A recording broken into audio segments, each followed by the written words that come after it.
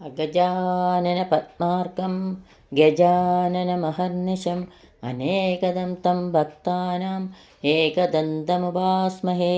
സരസ്വതീ നമസ്തുഭ്യം വരദേ കാമരൂപിണി വിദ്യാരംഭം കരിഷ്യാമി സിദ്ധിർഭവതു may സദാ. സദാശിവസമാരംഭം ശങ്കരാചാര്യമധ്യമാം അസ്മദാചാര്യപര്യന്താം വന്ദേ ഗുരുപരമ്പരാം. വന്ദേ ഗുരുപരമ്പരാം. പീതാംബരം കരവിരാജിതശംഖുചക്രകൗമോദഗീ സരസിജം കരുണാസമുദ്രം രാധാസഹായം അതിസുന്ദരമന്ദഹാസം വാതാലയേശമനിശം ഹൃദി ഭാവയാമി. ഗോപാലരത്നം ഭുവനൈകരത്നം ഗോപാങ്കനയൗവനഭാഗ്യരത്നം ശ്രീകൃഷ്ണരത്നം സ്വരസേവ്യരത്നം ഭജാമഹേ യാദവവംശരത്നം. എല്ലാവർക്കും നമസ്കാരം. ലീലാശുക കവി വില്യമംഗലം സ്വാമിയാർ രചിച്ച മാധവലീലകളുടെ മധുര മനോഹരമായ ശ്രീകൃഷ്ണ കർണാമൃതം, അതിൽ രണ്ടാം സർഗത്തിൽ 16 മുതൽ 20 കൂടിയുള്ള ശ്ലോകങ്ങളാണ് ഇന്നിവിടെ സ്മരിക്കുന്നത്. അമുനാ കില ഗോപഗോപനാർത്ഥം യമുനാരോദസി നന്ദനന്ദനേന ദമുനാ വനസംഭവപവേന കിമുനാസൗ ശരണാർത്ഥിനാം ശരണ്യ. അമുനാ നന്ദനന്ദനേന, ഈ നന്ദപുത്രൻ കൃഷ്ണൻ യമുനാരോദസി കാളിന്തി തീരത്തിൽ വെച്ച് ഗോപഗോപനാർത്ഥം ഗോപന്മാരെ രക്ഷിക്കാൻ വേണ്ടി വനസംഭവ ദമുന കാട്ടുതീ പവേക്കില കുടിച്ചുവത്രേ. അസൗ, അങ്ങനെയുള്ള ആ കൃഷ്ണൻ ശരണാർത്ഥിനാം ന, രക്ഷ തേടിച്ചെന്നാൽ നമ്മളെയും കിമു ന ശരണ്യ, രക്ഷിക്കാതിരിക്കുമോ? ഈ നന്ദപുത്രൻ കൃഷ്ണൻ കാളിന്തി തീരത്തിൽ വെച്ച് ഗോപന്മാരെ രക്ഷിക്കാൻ വേണ്ടി കാട്ടുതീ കുടിച്ചുവത്രേ.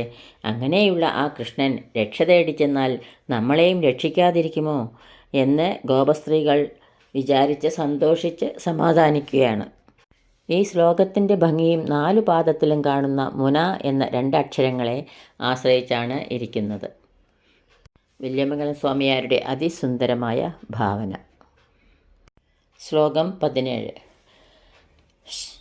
ജഗദാദരണീയജാരഭാവം ജലജാപത്യവചോ വിചാരഗമ്യം തനുതാം തനുതാം ശിവേതരാണാം സുരനാദോബല സുന്ദരം മഹോന. ജഗദാദരണീയ ജാരഭാവം, ലോകം മുഴുവൻ ആദരിക്കുന്ന ജാരഭാവത്തോടു കൂടിയവനും ജലജാപത്യ വജോ വിചാരഗമ്യം, വേദാർത്ഥ വിചാരത്താൽ മാത്രം മനസ്സിലാക്കാൻ പറ്റുന്നവനും സുരനാദോബല സുന്ദരം മഹ, ഇന്ദ്രനീലരത്നം പോലെ സുന്ദരനുമായ തേജസ്വരൂപൻ ന ശിവേതരാണാം തനുതാം തനുതാം, നമ്മുടെ അമംഗളങ്ങളെ നിഷ്പ്രഭമാക്കട്ടെ. ശബ്ദാലങ്കാര സുന്ദരമായ മറ്റൊരു ശ്ലോകമാണിത്. ലോകം മുഴുവൻ ആദരിക്കുന്ന ജാരഭാവത്തോടു കൂടിയവനും വേദാർത്ഥ വിചാരത്താൽ മാത്രം മനസ്സിലാക്കാൻ പറ്റുന്നവനും ഇന്ദ്രനീലരത്നം പോലെ സുന്ദരനുമായ ആ തേജസ്വരൂപൻ നമ്മുടെ അമംഗളങ്ങളെ നിഷ്പ്രഭമാക്കട്ടെ എന്ന് കവി പ്രാർത്ഥിക്കുന്നു. ശ്ലോകം 18. സാ കാഭി സർവജഗദാമഭിരാമസീമാ കാമായനോ ഭവതു ഗോപകിശോരമൂർത്തി യാ ശേഖരേ ശ്രുതിഗിരാം ഹൃതിയോഗഭാജാം പാദാംബുജേ സസുലഭാ പ്രജസുന്ദരീണാം. സർവജഗതാം, എല്ലാ ലോകങ്ങളിലെയും അഭിരാമസീമ, മനോഹരങ്ങളുടെ അതിർവരമ്പെന്ന് പറയാവുന്ന സാ കാബി, ആ ഏതോ ഒരു ഗോപകിശോരമൂർത്തി ഗോപബാലരൂപം ന കാമായ ഭവതു, നമ്മുടെ ആഗ്രഹം നിറവേറ്റട്ടെ. യാതൊരു ആ രൂപം ശ്രുതിഗിരാം ശേഖരെ, വേദവാക്യങ്ങളുടെ തിരുമുടിയിലും യോഗഭാജാം ഹൃദി, യോഗികളുടെ ഹൃദയത്തിലും പ്രജസുന്ദരീണാം, ഗോപസുന്ദരിമാരുടെ പാദാംബുജേ ച സുലഭ, പാദാരവിന്ദത്തിലും മാത്രമേ സുലഭമായി കണ്ടുകിട്ടുകയുള്ളൂ. വേദവേദ്യനും ഭക്തിഗമ്യനും ഗോപബാലസ്വരൂപനുമായ ലോകൈക സുന്ദരൻ തനിക്ക് ആഗ്രഹപൂർത്തി വരുത്തിത്തരയണമേ എന്ന് ഭക്തകവിയായ വില്യമംഗലം ഈ ശ്ലോകത്തിൽ കൂടി പ്രാർത്ഥിക്കുകയാണ്. എല്ലാ ലോകങ്ങളിലെയും മനോഹരങ്ങളുടെ അതിർവരമ്പെന്ന് പറയാവുന്ന ആ ഏതോ ഒരു ഗോപബാലരൂപം നമ്മുടെ ആഗ്രഹം നിറവേറ്റട്ടെ. വേദവാക്യങ്ങളുടെ തിരുമുടിയിലും യോഗികളുടെ ഹൃദയത്തിലും ഗോപസുന്ദരിമാരുടെ പാതാരവിന്ദത്തിലും മാത്രമേ ആ സുന്ദരരൂപം സുലഭമായി കണ്ടുകിട്ടുകയുള്ളൂ.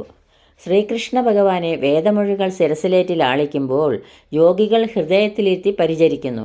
എന്നാൽ ഭഗവാൻ ഗോപസ്ത്രീകളുടെ പാദദാസനായി കഴിഞ്ഞുകൂടുകയാണ്. ലോകൈക സുന്ദരനായ ഭഗവാൻ സർവ്വവ്യാപിയാണെങ്കിലും തന്തിരുവടിയെ കാണാൻ ആഗ്രഹിക്കുന്നവർ 3 സ്ഥലത്തെ ചെന്ന് അന്വേഷിക്കേണ്ടു. വേദവാക്കുകളുടെ ശിരസിലും യോഗികളുടെ ഹൃദയത്തിലും ഗോപസ്ത്രീകളുടെ പാതാരവിന്ദത്തിലും.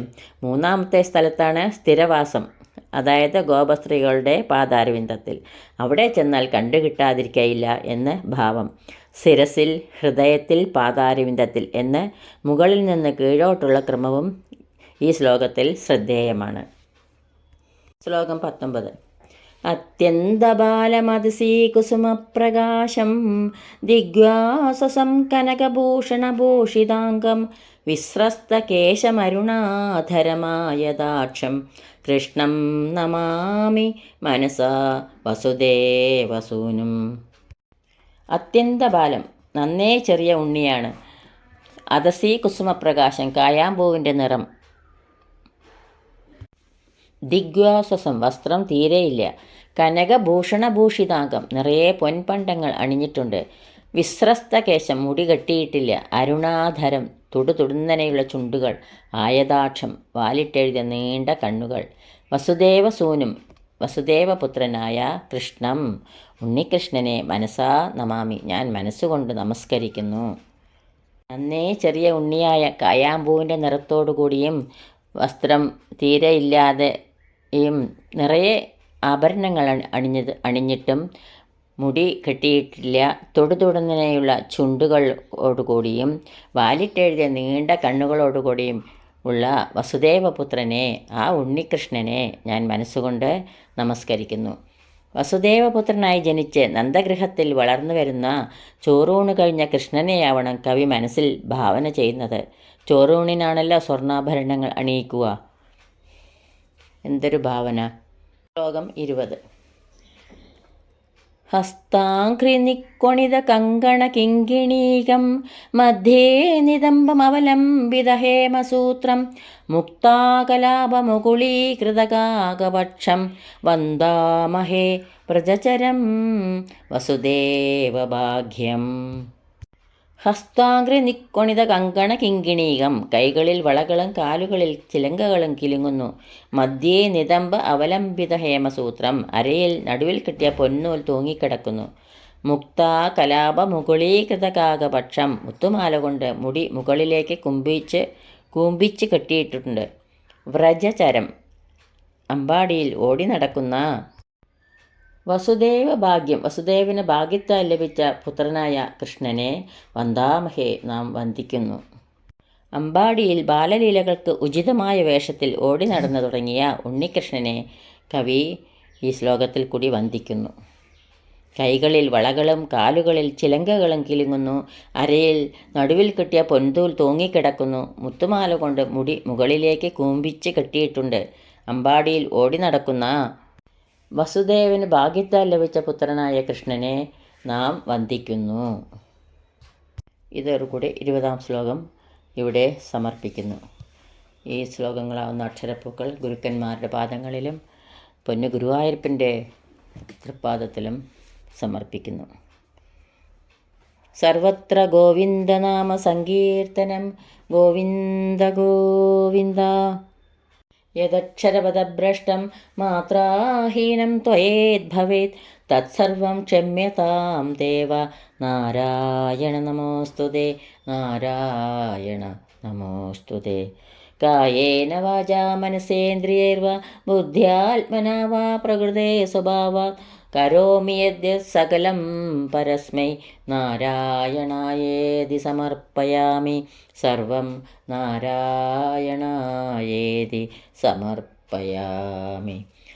സ്വസ്തി പ്രജാഭ്യ പരിപാലയന്താം ന്യായേണ മാർഗേണ മഹീം മഹീഷ. ഗോബ്രാഹ്മണേഭ്യ ശുഭമസ്തു നിത്യം. ലോകാ സമസ്താ സുഖിനോ ഭവന്തു. ലോകാ സമസ്താ സുഖിനോ ഭവന്തു. ലോകാ സമസ്താ സുഖിനോ ഭവന്തു. എല്ലാവർക്കും ശാന്തിയും സമാധാനവും ഭഗവത് ഭക്തിയും അതുപോലെ പൊന്നു ഗുരുവായൂരപ്പൻ്റെ അനുഗ്രഹവും ഉണ്ടാകട്ടെ എന്ന് പ്രാർത്ഥിക്കുന്നു. സർവത്ര ഗോവിന്ദനാമ സങ്കീർത്തനം ഗോവിന്ദ ഗോവിന്ദ സദാ സർവത്ര ഗോവിന്ദനാമ സങ്കീർത്തനം ഗോവിന്ദ ഗോവിന്ദ.